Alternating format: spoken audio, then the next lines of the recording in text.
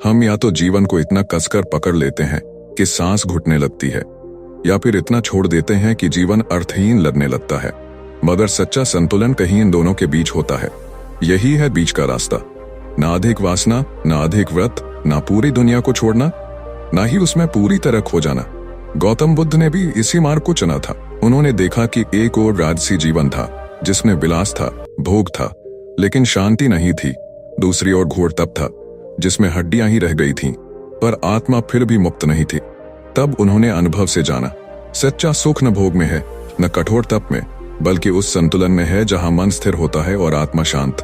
यह रास्ता सरल नहीं होता, क्योंकि यह दुनियादारी से भागने का नहीं, उसमें रहकर खुद को जानने का साहस मांगता है। यह रास्ता बताता है कि कैसे हम अपने कार्यों को ईश्वर को समर्पित कर सकते हैं, बिना आसक्ति के, बिना घृणा के, बिना भय के। यह मार्ग सिखाता है कि कैसे हम जीवन के तूफानों में भी शांत रह सकते हैं और कैसे हम हर स्थिति में अपने भीतर के दीपक को बुझने न दें। तो दोस्तों, आगे बढ़ने से पहले वीडियो को लाइक करके चैनल पर नए हो तो चैनल को सब्सक्राइब जरूर कर लें, क्योंकि आपको यह प्रेरणादायक कहानी एक नई बदलाव देगी। जब तुम इस दुनिया की चमक दमक और मोह माया से थक जाओ, जब त्याग और तपस्या भी तुम्हें कठोर लगने लगे, तब एक बार ठहर कर सोचो, शायद तुम्हें जरूरत है उस रास्ते की जो बीच का है। वही मार्ग है जो आत्मा को शांत करता है, मन को स्थिर करता है और जीवन को सार्थक बनाता है। बीच का रास्ता अपनाओ, क्योंकि सच्ची शक्ति न शोर में है, न मौन में, वह है उस मौन शांति में जो भीतर के संतुलन से जन्मती है। पुराने समय में आर्यावर्त नामक एक समृद्ध राज्य था। वहां एक युवक था, नाम था सोमिर। वह एक ब्राह्मण कुल में जन्मा था, तेजस्वी था, चिंतनशील था और प्रश्नों से भरा हुआ।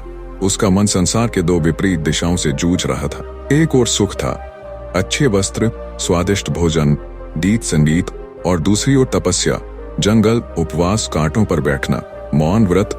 सोमिर सोचता, क्या ईश्वर विलास में मिलेगा या फिर उस पीड़ा में जहां शरीर टूट जाए?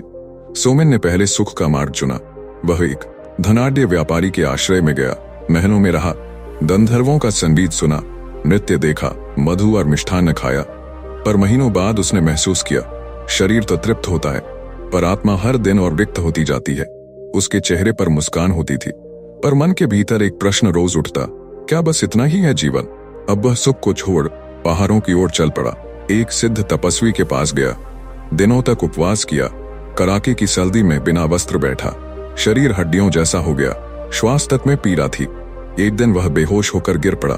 तपस्वी ने कहा, शाबाश, यह मोक्ष की ओर एक अच्छा संकेत है। पर सोमिल के भीतर से एक आवाज आई, क्या आत्मा की खोज में शरीर को मिटा देना जरूरी है? क्या सत्य वो है जिसमें हम जीवन को नकार दें? एक दिन जब वह बहुत कमजोर हो चुका था, तो एक बंसी की धुन सुनाई दी। पास की नदी के किनारे एक वृद्ध नाविक अपनी पुत्री को सिखा रहा था। बंसी की डोरी को बहुत कस दोगे तो टूट जाएगी, बहुत ढीली छोड़ोगे तो स्वर नहीं निकलेगा। स्वर तब आता है जब दोनों के बीच का संतुलन हो। सोमिल कांपते हुए बैठ गया। उसके भीतर जैसे बिजली सी कौंधी। यही तो उत्तर है, ना अधिक कसाव, ना अधिक धीर, यही मध्यम मार्ग है। उस दिन सोमिल ने पहली बार भोजन किया, प्रेम से, कृतज्ञता से। फिर नदी के किनारे बैठकर ध्यान किया, ना भूख से ग्रसित, ना सुख में लिप्त। उसके भीतर से वही स्वर उठा जो गौतम बुद्ध को बोधि वृक्ष के नीचे मिला था, जीवन को स्वीकार करो, उसका संतुलन बनाओ, यही है मार्ग, यही है मार्ग, यही है मुक्ति। बुद्ध ने कहा था, यदि वीणा का तार बहुत ढीला हो तो स्वर नहीं निकलता, और यदि वह बहुत कस जाए तो टूट जाता है। साधना भी वैसी ही है, संतुलन में ही संगीत है। पुराने समय में विनय नामक एक प्रसिद्ध वीणा वादक हुआ करता था। उसके स्वरों से नदियां ठहर जाती, पशु शांत हो जाते और मनुष्य ध्यान में डूब जाते। परंतु एक समय ऐसा आया जब वह अपने ही संगीत से ऊब गया। अब क्या अर्थ है इन स्वरों का? लोग सुनते हैं, वाह वाह करते हैं, पर कोई भीतर नहीं उतरता। एक दिन वह अपनी वीणा को जंगल में छोड़ आया और तपस्वी बन गया। विनय ने जंगल में जाकर 5 वर्षों तक मौन धारण किया, वीणा को छूना भी त्याग दिया, कांटों पर बैठा, उपवास किया, ध्यान किया, परंतु धीरे धीरे उसकी आंखों से जीवन की चमक चली गई। एक दिन वह गिर पड़ा। उसे एक वृद्ध बौद्ध भिक्षु ने सहारा दिया और पूछा, तब तो किया, पर भीतर प्रकाश क्यों नहीं? विनय बोला, क्योंकि मैंने संगीत को त्याग दिया और शायद जीवन को भी। भिक्षु मुस्कुराया और बोला, क्या तुम वीणा के बिना हो या तुम्हारा स्वर अब भी जीवित है? विनय चुप रहा। भिक्षु ने पास रखी एक पुरानी वीणा उठाई, डोरी कसी नहीं थी, स्वर भी नहीं था। फिर भिक्षु ने उसे ठीक से कसा। धीरे धीरे स्वर निकले, जैसे वर्षों की मौन साधना अब बहने लगी हो। भिक्षु ने कहा, संगीत को त्यागना तुम्हारा दोष नहीं था, लेकिन संतुलन को त्याग देना तुम्हारी सबसे बड़ी भूल थी। ना तप ही पर्याप्त है, ना भोग। बीच का मार्ग ये ध्यानपूर्ण संगीत है। विनय ने फिर से बीना उठाई, लेकिन इस बार वह शोहरत के लिए नहीं बजा रहा था। वह लोगों को सुनाने नहीं, जगाने के लिए बजा रहा था। उसके संगीत में अब त्याग था, प्रेम था, और सबसे बढ़कर मध्यम मार्ग की गूंज। जब भी जीवन का स्वर टूटता लगे, या तो बहुत ढीला है या बहुत कसा हुआ, स्वर तभी निकलता है जब हम संतुलन में होते हैं। बुद्ध ने कहा था, यदि मन में संतुलन न हो तो शांति भी युद्ध बन जाती है, और युद्ध भी केवल दुख देता है। पर जब मन मध्यम मार्ग पर होता है तो सबसे बड़ी लड़ाई भी भीतर ही जीती जाती है। प्राचीन मगध राज्य में एक प्रसिद्ध योद्धा था, वरुण। वह रणभूमि का शेर था। उसकी तलवार कभी हारती नहीं थी, परंतु जितनी बार उसने शत्रु को हराया, उतने ही बार उसकी आत्मा में कुछ टूटता गया। एक दिन युद्ध में विजय के बाद उसने एक वृद्ध सैनिक से पूछा, हम जीतते क्यों हैं जब अंत में सब खाली ही रह जाता है? वृद्ध ने उत्तर दिया, क्योंकि तुम्हारी तलवार तो तेज है, पर तुम्हारा मन बहुत अधिक कसा हुआ है। वरुण ने कुछ वर्षों तक युद्ध छोड़ दिया। वह एक वन में जाकर रहने लगा। वहां वह नित्य ध्यान करता, मौन रहता और सोचता, क्या आत्मा की शांति का मार्ग युद्ध से हटकर ही है? धीरे धीरे वह स्वयं से डरने लगा। अगर कोई आया तो मैं लड़ूंगा नहीं, तो क्या मैं कायर बन जाऊंगा? एक दिन उसे ज्ञात हुआ कि पास ही बोधिसत्व बुद्ध उपदेश दे रहे हैं। वह दया और पहली पंक्ति में बैठा, पर चुप रहा। बुद्ध ने उसकी ओर देखा और कहा, जो व्यक्ति तलवार को त्याग नहीं सकता, उसे संभालना सीखना चाहिए। त्याग करना भी तब तक अधूरा है जब तक तुम स्वयं से भाग रहे हो। वरुण ने धीरे से पूछा, तो क्या मुझे फिर से तलवार उठानी चाहिए? बुद्ध मुस्कुराए और बोले, तलवार को नहीं, तुम्हारे भीतर उठते द्वेष, क्रोध और घमंड को काटो, पर उसे इतनी शक्ति से मत पकड़ो कि वह तुम्हें ही जला दे। मध्यम मार्ग यही है, शक्ति और करुणा के बीच का संतुलन। उसी रात डाकुओं ने गांव पर हमला किया। लोग भयभीत थे। वरुण खड़ा हुआ और उसने तलवार उठाई, लेकिन इस बार वह न क्रोध में था, न अहंकार में। वह शांति से लड़ रहा था। प्रत्येक वार विवेकपूर्ण था। किसी को मारना उसका उद्देश्य नहीं था, बस रक्षा करनी थी, संतुलन बनाए रखना था। भोर तक गांव सुरक्षित था। लोगों ने जय घोष किया।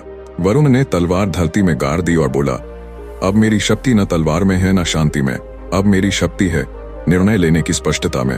बुद्ध ने कहा, अब तुम सच्चे योद्धा हुए, क्योंकि अब तुम्हारी तलवार बाहरी शत्रु से नहीं, भीतर के विकारों से युद्ध करती है। जब शक्ति और करुणा एक साथ चले, तभी धर्म जीवित रहता है, और यही है मध्यम मार्ग की तलवार। गौतम बुद्ध ने एक बार कहा था, जो दीपक केवल बाहर जलता है वह हवा से बुझ जाता है, और जो केवल भीतर जलता है वह दूसरों को रोशनी नहीं दे पाता। मध्यम मार्ग वह है जहां दीपक भीतर भी जलता है और बाहर भी।